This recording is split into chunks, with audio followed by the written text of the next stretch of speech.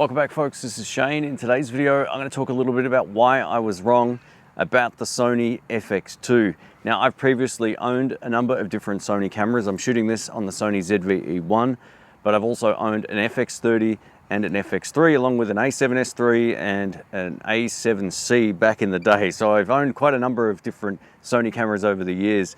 And when I first heard about the Sony FX2, it was one of those situations where I didn't fully understand the target audience, and I didn't really understand why Sony would basically release a camera that was kind of like in the middle to some extent of the FX30 and the FX3, but also not as good as the FX30 in some ways, and in some ways it's better than the FX3. It was a little bit confusing. So after kind of like analyzing all of the things that are in this camera, I've come to realize that it may actually be a really solid choice for a lot of different shooters. So whether you're shooting video or photos, the FX2 is a really great choice. We get a higher resolution sensor in the camera, which allows you to get better, more detailed photos. And this is something that I can really appreciate coming from the Sony ZVE1. While I love the image quality for video out of this, it is kind of restricted when it comes to its photographic performance. It doesn't have a mechanical shutter, also doesn't have a high-res sensor, so you are limited to the 10 or 12 megapixels of this particular sensor. But for video, it's phenomenal. I can shoot up to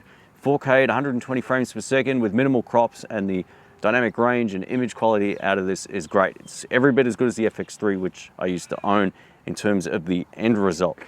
Now we're going to talk about some of the other intangibles. So one of the things I've really come to appreciate, and it's one of my weird sort of regrets right now, I kind of wish I had have kept either the FX3 or the FX30, and that's because we obviously get the fan. The active cooling is one of those things that really makes a massive difference to the long-term reliability of a camera when shooting long-form content, but it also works great as we're coming back into the warmer months in Australia here.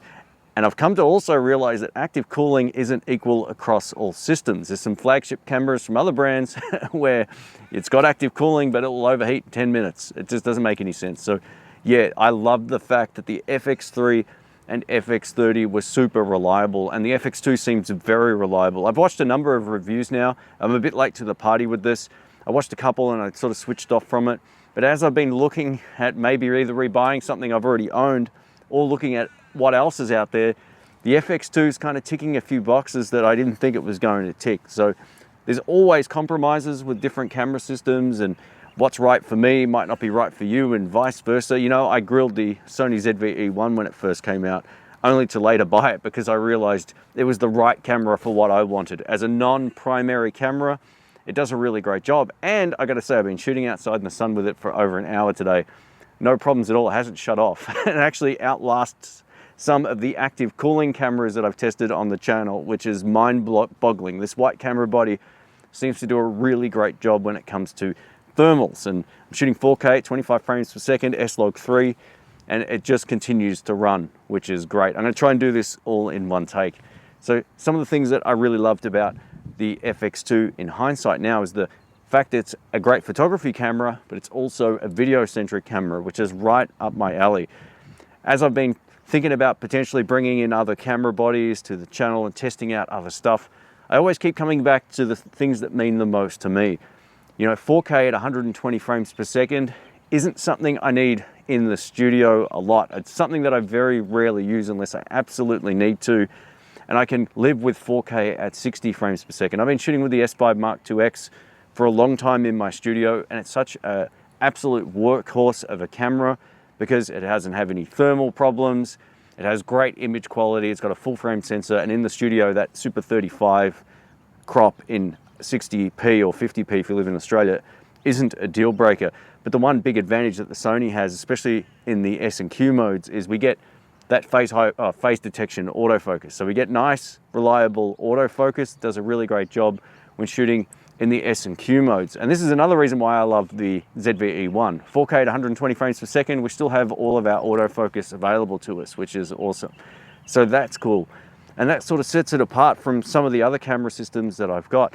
Now I can still get great results out of cameras that don't have phase detection autofocus. I know how to manually focus. I've just gotten so used to relying on autofocus in the studio now, and it's handy. You know, you can hold stuff up and do all this kind of thing. If you're on manual focus, you're kind of locked into a particular point, And if you're outside of that particular point, you're out of focus and you'll need to have to shoot that again. So I'm really starting to think that maybe the FX2 might be the way to go. Now, there's a few things about that camera that I don't love. I don't love the whole electronic viewfinder.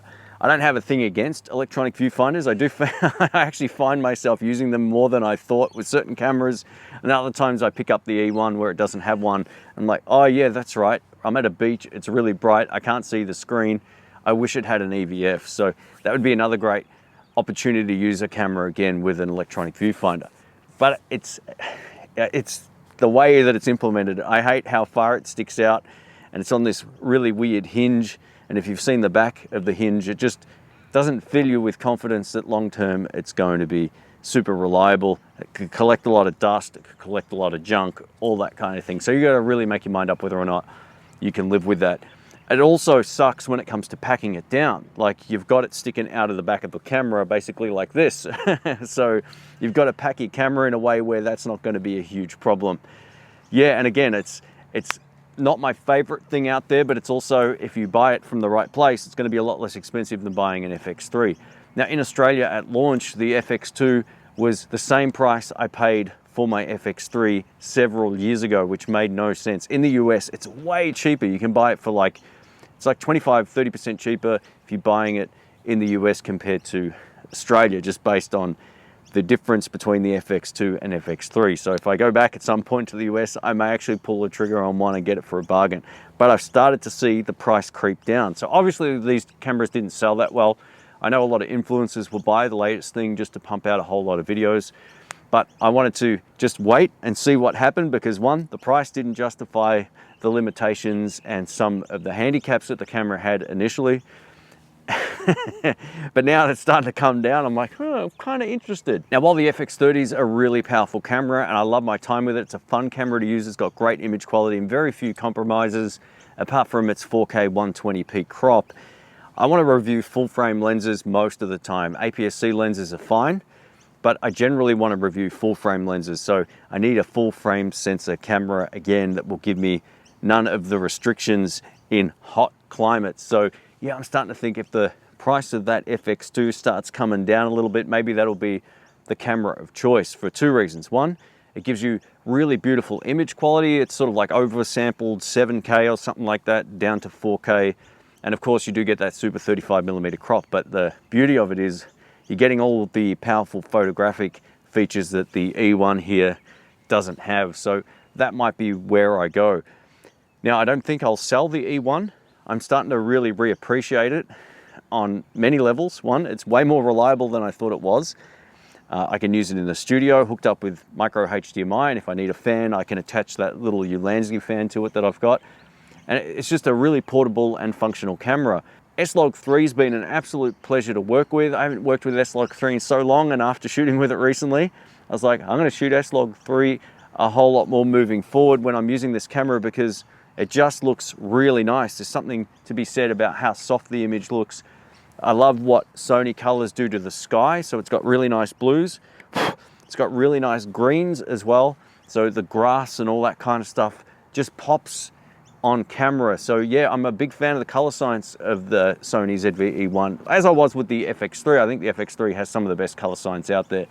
I think the Sony color science kind of gets a bit of a bad rap from the S-Cinetone picture profile, because by default it looks desaturated, it looks too green or yellow, whichever way you want to look at that. But it just doesn't look optimized for a straight out of camera image. Some people love it, I don't love it. I think these cameras shine with the no picture profile and when shooting in S-Log3, and it's really easy to work with on the E1 as well. So yeah, I plan on using this camera more moving forward for reviews of full frame lenses, and also just for B-roll or anytime I'm maybe doing a review of something else, because this has been in the sun now. It's a nice warm day today. We've been shooting for, how long has it been? 10 minutes. 10 minutes of shooting outside. It's not had any issues, no warnings on screen. The white body on this is not hot at all. So yeah, and I've already been shooting out here for over an hour. But anyway, there's some thoughts on the FX2 after the fact. I think it's a great camera for someone who wants the full frame FX3 experience, but obviously with probably worse rolling shutter, but with better photographic performance. And as a hybrid camera, I think it's where it really shines. Kind of reminds me of the S5 Mark IIX, but with better autofocus and with worse in-body image stabilization. So yeah, these are the trade-offs that you make. But I think if I buy another Sony camera down the track, it will most likely be the FX2, unless I miss the FX30 enough that I want to buy one. But yeah, I looked through the entire catalog of cameras, and the FX2 seemed to make the most sense for like hybrid shooting, lens tests, and all that kind of thing. It just gives you the high resolution sensor, great image quality for video, and rolling shutter for me is not an issue when you're doing this kind of stuff. So yeah, anyway, let us know what you think. Thanks again for watching. My name's Shane. I will catch you on the next one. See ya.